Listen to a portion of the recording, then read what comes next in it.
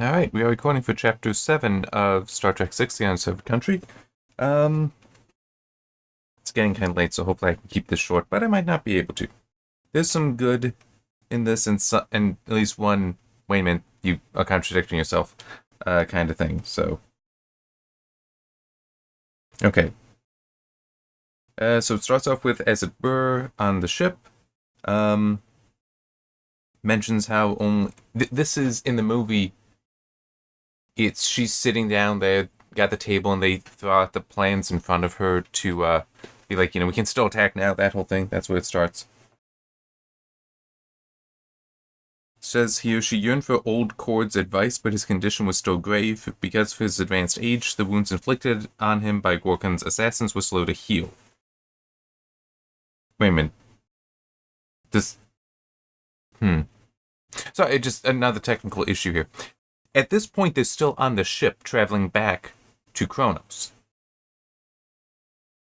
But it was said that, to their knowledge, their doctor had been killed, and they'd been.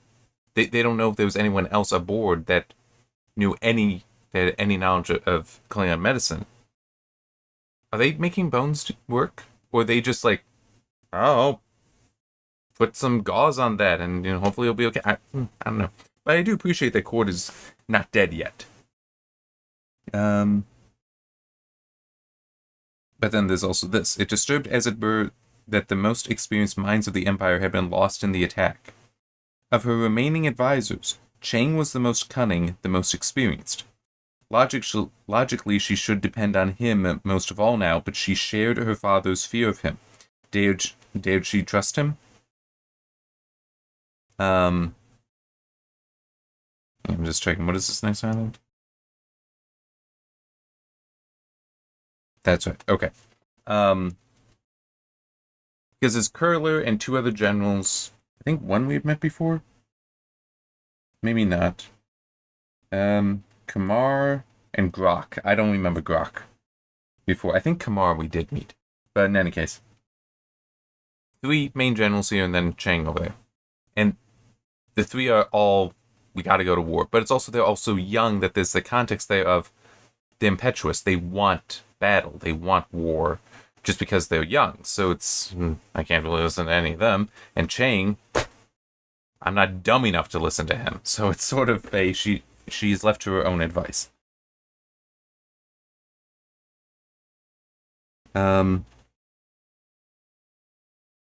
Yes, she doesn't want to go to war and all that, but then we get to this. As it Burr's face hardened as she remembered the instant when her father's body went limp in her arms. She had heard it said that Kirk had the heart of a Klingon. Upon reflection, she now believed it true.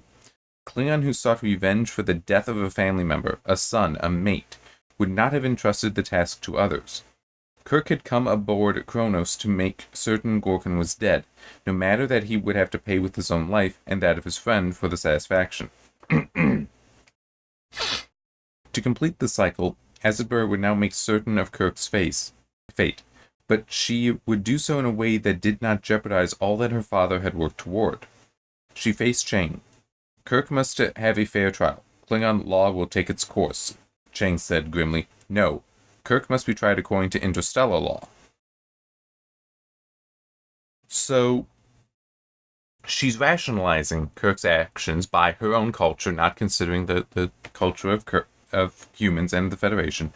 But this is also important that it's like, no, it'll be by interstellar law. I like that. I highlighted it at the time because I like that. That's a powerful statement there. That, no, we're going to convict them by their rules because that way no one can claim that it was unfair. But later on, it does state that, no, the court is going by Klingon law. So, either that's a mistake, and it is just an error in the book, or maybe it is evidence that Chang arranged it to be by Klingon law, despite being told to his face, interstellar law. Don't know.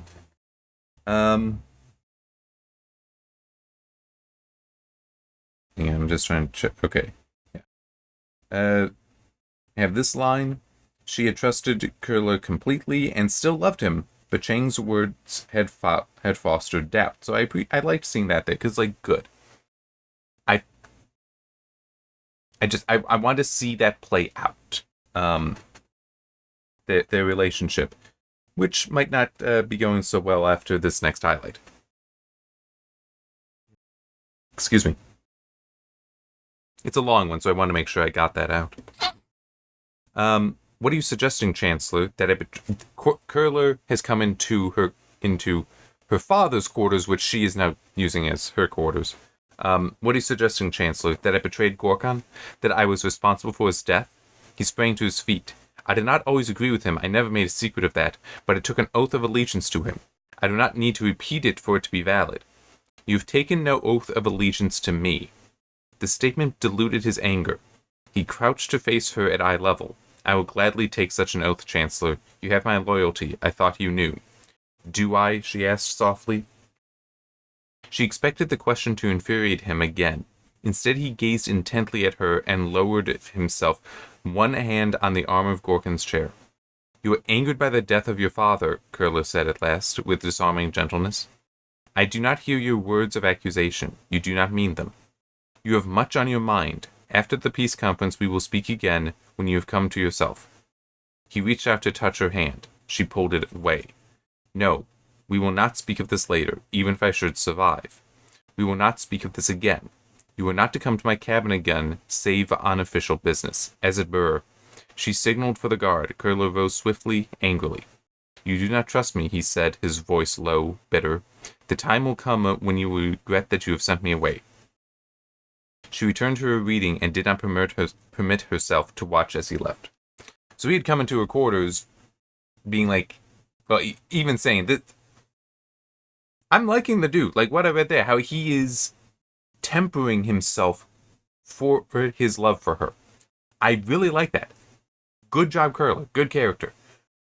But he's also kind of stupid because he came in and was like, there's nothing in our way anymore. Let's take the oath now. It's like, dude. I mean, true. He even apologized because, like, I thought I gave you enough time to grieve. I'm sorry. But it's still, it's like, dude. Duh. This isn't a time to be saying, let's get married. It's a time to just be supportive. Come on. Oh, boy. But, I mean, still, I do like this, how he just... what is it? I do not hear your words of accusation. You do not mean them. And it's just... Technically, he is making excuses, but it's for her. But it is also a statement of, I know this isn't you normally.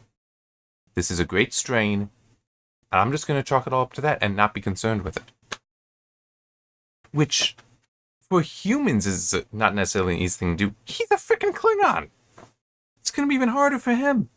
So yeah, it does help that I know Curler isn't involved in the conspiracy because I've seen the movie so many times. But it's also just... I do like the Curler character. He does have a sincerity to him that is very easy to appreciate, I believe. Now I'm just thinking, is it enough to be like, even at this point, to doubt that he could be a conspirator? Like, if you didn't know that he's not?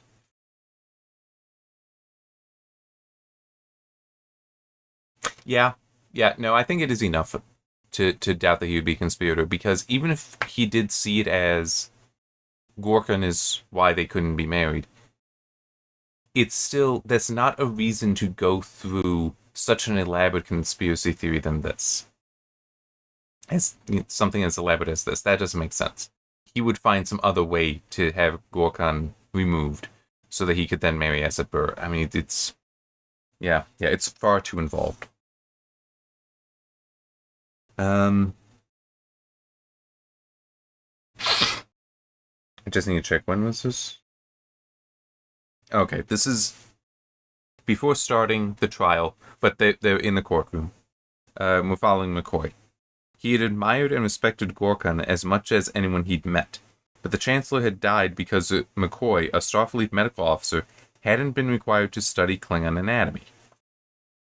It's like, okay. I mean, to be fair, you should study the anatomy of your enemy, because it is reasonable that you're going to try to, if you capture any that need it, you should be trying to render medical aid, because even if it's, you don't value their life, there's still well, even if it is I don't care if you die, it's still well, you're valuable alive because intelligence and POWs that can be traded. So you would still try to study that, but maybe at the time he was trained, wasn't required, and he was never made to.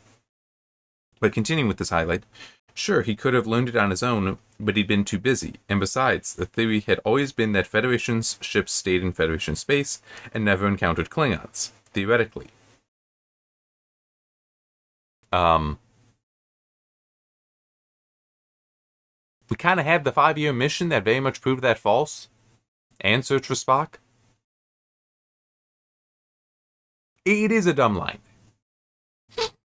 But then there's this. Or was the underlying assumption so ugly we couldn't admit it to ourselves, McCoy wondered, that a Klingon life wasn't worth saving? That's a good line. That maybe Starfleet is that poisoned with hatred that even going back decades, that they wouldn't teach how to save a Klingon's life. That's a very powerful statement. At least it does also explain why he didn't know. Because, I mean, it's also how they've been talking about 70 years. 70 years is a long time to have a state of hot and cold war against the Klingon Empire, and yet have no knowledge of their anatomy. That's very odd. But, yeah, it still is, though, just because we don't care if they die. That's a hell of a thing. Yep. So in the movie, we do get Spock realizing. Well, no, Spock realizes something else, but it is mentioned later with Kirk. We learn it here during the trial. Kirk realizes when his personal log is played that somebody on the Enterprise is conspiring with Chang to get him that recording. But there's also this that is further evidence. It is also guilty knowledge. It's something that Chang could not know without having a conspirator on board the Enterprise. Just no one brings it up. Did you have occasion to refer to your ship's databanks during that night? I checked the databanks, yes, Jim answered stonily. And what did they tell you? Jim hesitated. They refired 2 photon torpedoes, but he's cut off because of the mob howling. Which doesn't move the story along, but a better answer would be, which one? What? Which databank? What do you mean? It's like, well, I checked 2. They had different answers.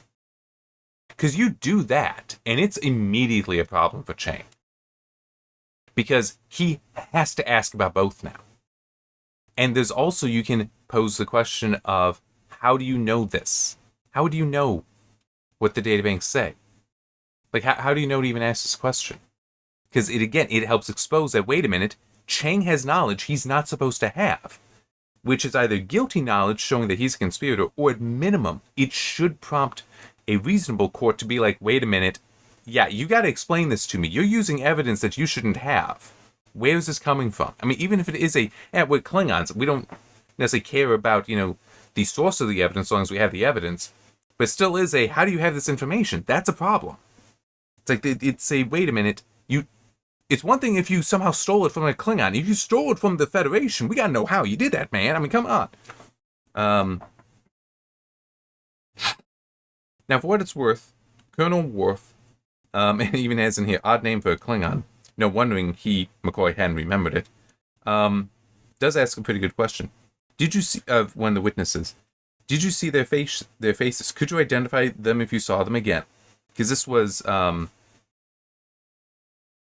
this witness is saying, after the first hit, lost the gravitational field, I found myself weightless. Then 2 Starfleet crewmen came walking towards us. And Worf tried to point out, perhaps they only wore Starfleet uniforms.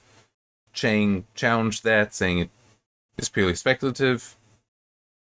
And we get the judge saying, Colonel Worf, we're interested in facts, not theories. It's like, well, it's a fact they wore Starfleet uniforms, Judge.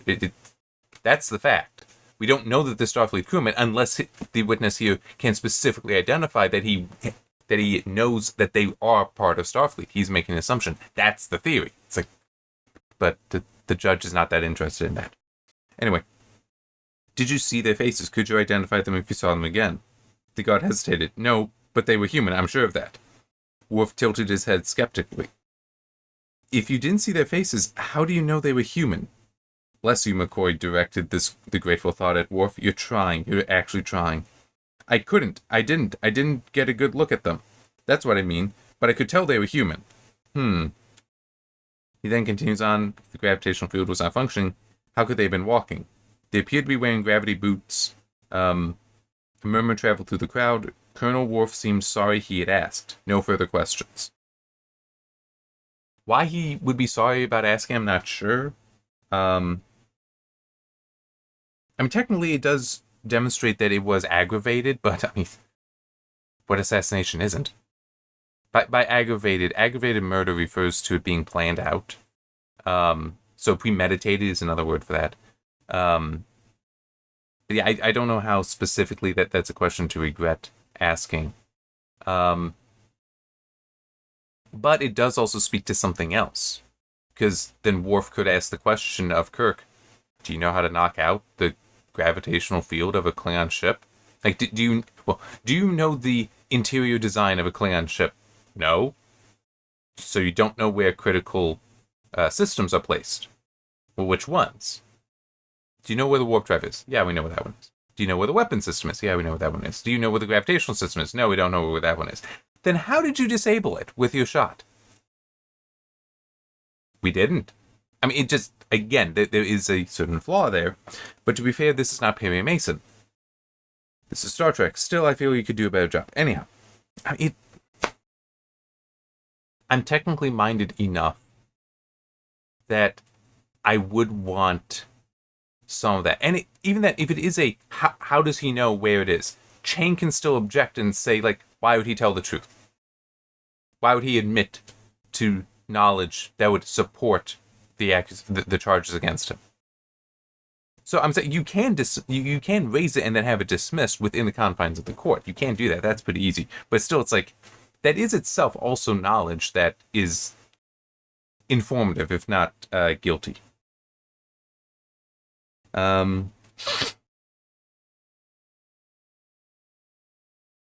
So we get the whole,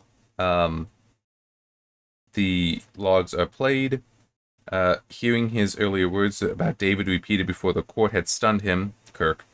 The Klingons could not have obtained his personal log without the help of a conspirator aboard Enterprise. A conspirator who might very well still be aboard her. You'd only hope that Spock had already come to the same conclusion. We actually don't cut to Spock at any point in this with him nosing things. Like the whole, in the movie it's gravity boots. And he realizes that the boots would also have to be something on board the ship. Now we do have, but I think it's before the trial started, him recognizing whoever modified the databanks is here. And goes with Scotty and tells him visual inspection, count all the torpedoes. The layout survives, and some of the scene is in the theatrical cut, some is only in the director's cut. I'm pretty sure it's only in the director's cut that Scotty's like, she did it, Azet Bird did it. She killed her father. It's like she never even shed a tear for him, and Spock is like, that's hardly conclusive, as Klingons do not have tear ducts. It is actually an interesting scene in this, because that scene is also in here. I just didn't bother highlighting it. It's interesting in here because Spock is specifically thinking about how, man, peace is really going to be hard. But also what can I say that's not going to put Scotty down, but is still going to calm him down? Like, he is trying to think, how can I mollify him, because this is not him being this energized with his hate for Klingons is not a good thing. Oh yeah, we do get this as well. So this moment is different in the book than the movie, but we still get the line, which is actually important and very interesting. Chang thrust his face into Kirk's and screamed, veins standing out on his neck, "Do not wait for the translation, answer me now." In the movie, it's instead he's off a ways, and Christopher Plummer's just like going like this, hunkering down, and he's just yelling it, screaming it so fervently. Good piece of acting. Now, what's interesting about this, and this is one of those things that I enjoy. It's like a certain genre of Cold War movies where it tries to have some of the actual fears, but also some of the actual history of the Cold War in there. So, in the movies. So that's things like, in some cases, it's just the fear of essentially communism taking over. So you have the Marxist divide between, what is it? The bourgeois and the proletariat? I don't remember the names. But, that whole two-class system that he advocated for, and we historically had prior to Marx, and then escaped, thanks to free market capitalism. And then he said, we're going to go back to it. And people, for some reason, think that it's progressive to go back to what's basically feudalism. Yeah, the actual dynamics of Marxism is feudalism. So it's going back to the thing that was centuries old, before Marx was born.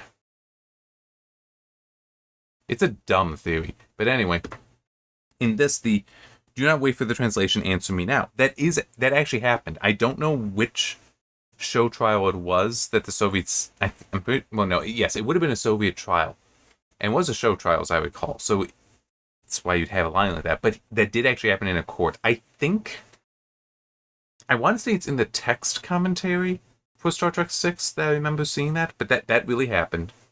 So that's why they put it in here. And it's also, I recently got the Batman the movie, so that's the 66, I think it is, the Adam West Batman movie. And one thing when I was looking at that recently, you have a moment where at the end, I think it's the British ambassador actually has a shoe and is banging it on a desk. This is at the end of the movie because it's after the essences have been swapped around some. But that also is a reference to something that actually happened. As I recall, it was Khrushchev at the UN to disrupt it. Actually, took off a shoe and was just banging it on the desk in front of him to make noise, and it was highly disruptive. But it also it was childish enough that a lot of people it didn't work in his favor as much as he would have hoped. Then we got this, which is Your Honor, the State rests. McCoy turned to Colonel Worf with a hopefulness Jim thought pathetic. Is it our turn now? Klingons' dark, broad face wore a grim expression. According to Klingon law, both sides present their case at the same time. We've had our turn.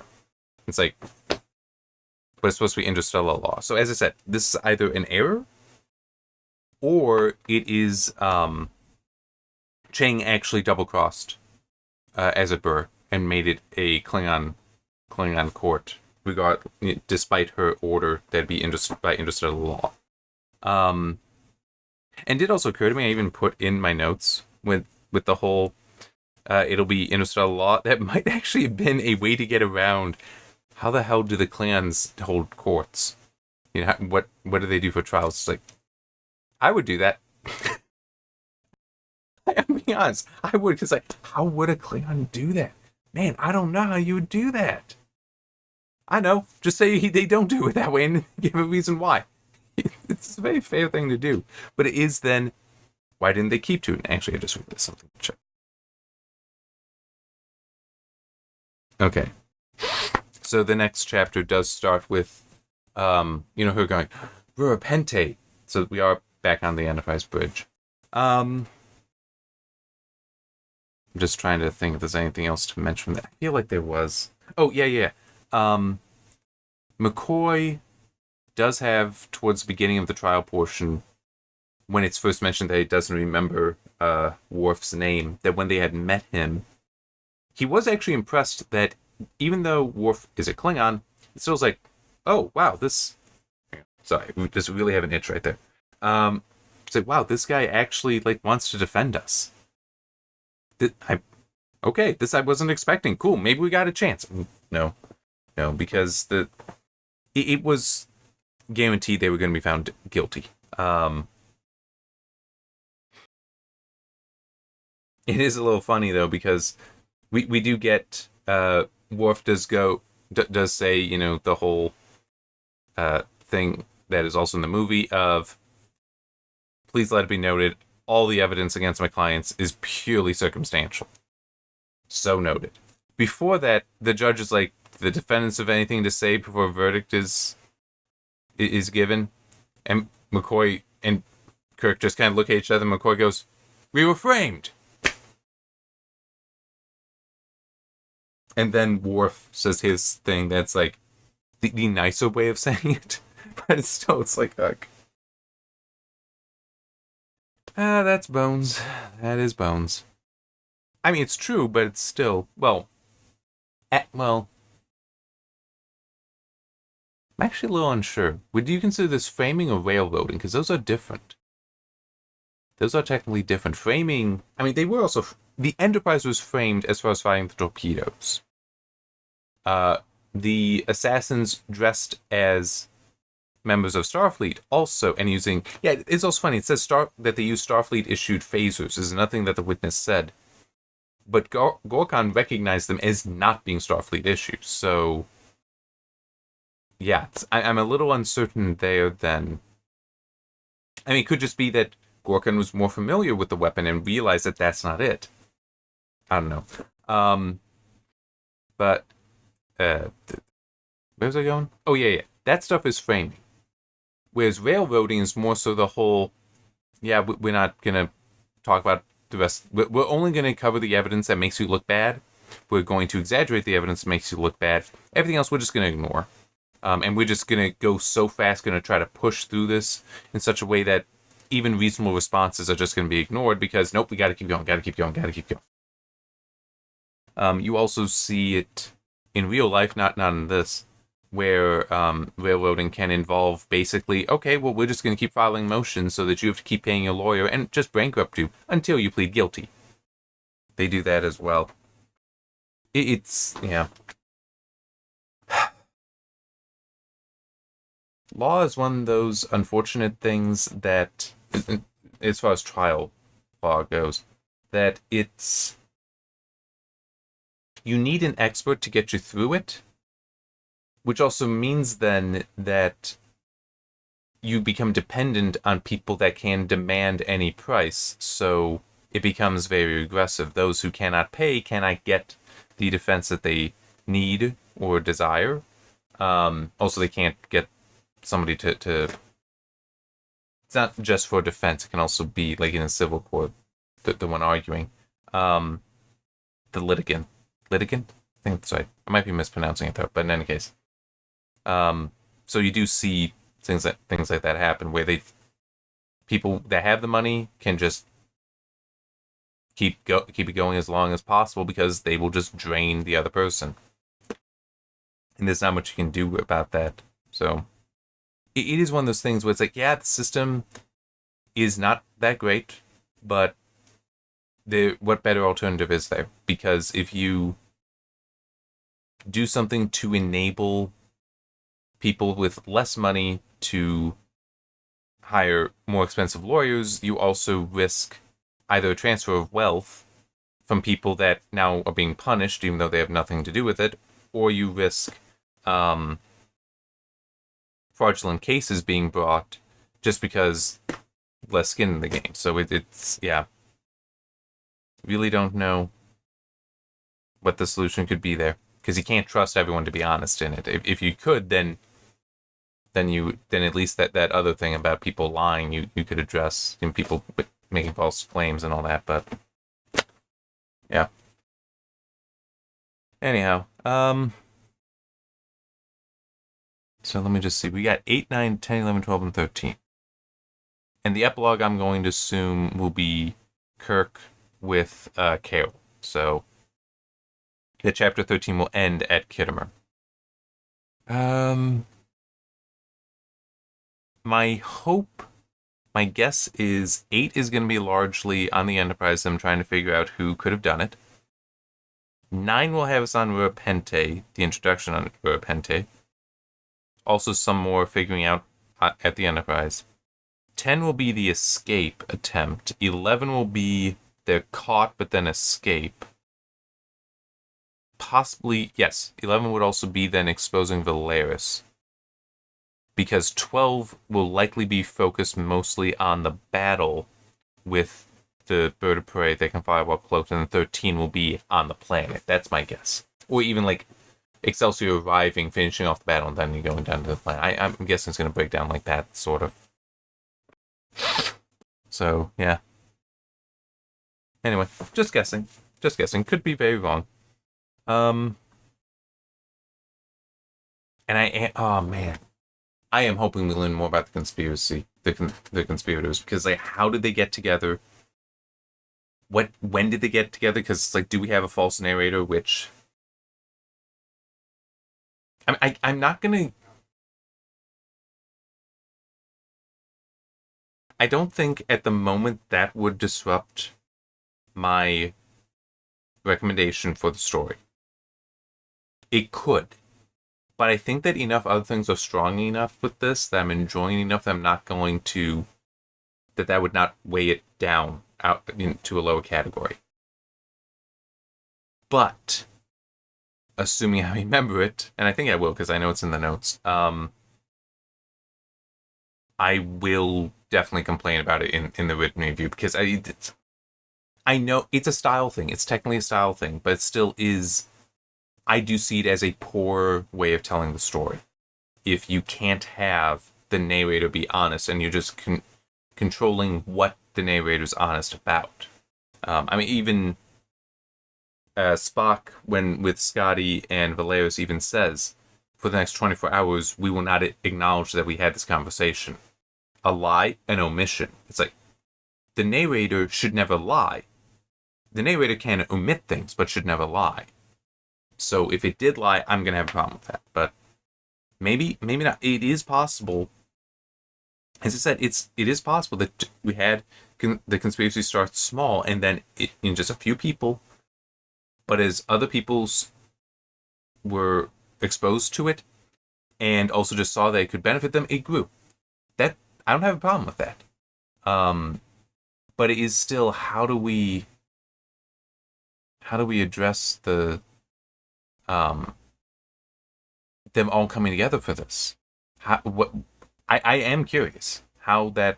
I mean, when you are just doing a movie that's going to be 2 hours long, it's easy to neglect these things and just leave it to, don't worry about it. It's for entertainment. But it's a book. You have time to do that, so hopefully we get it. But it might also be one of those things that doesn't have an opportunity to be explained. However, Valeris technically should know, at least how she got involved. So maybe we'll get that answer, and that could then lead to it. So there will be an opportunity in the book for that to happen. Will it be taken? Don't know. We'll find out. All right. Hopefully that's enough of my blathering. See you next time.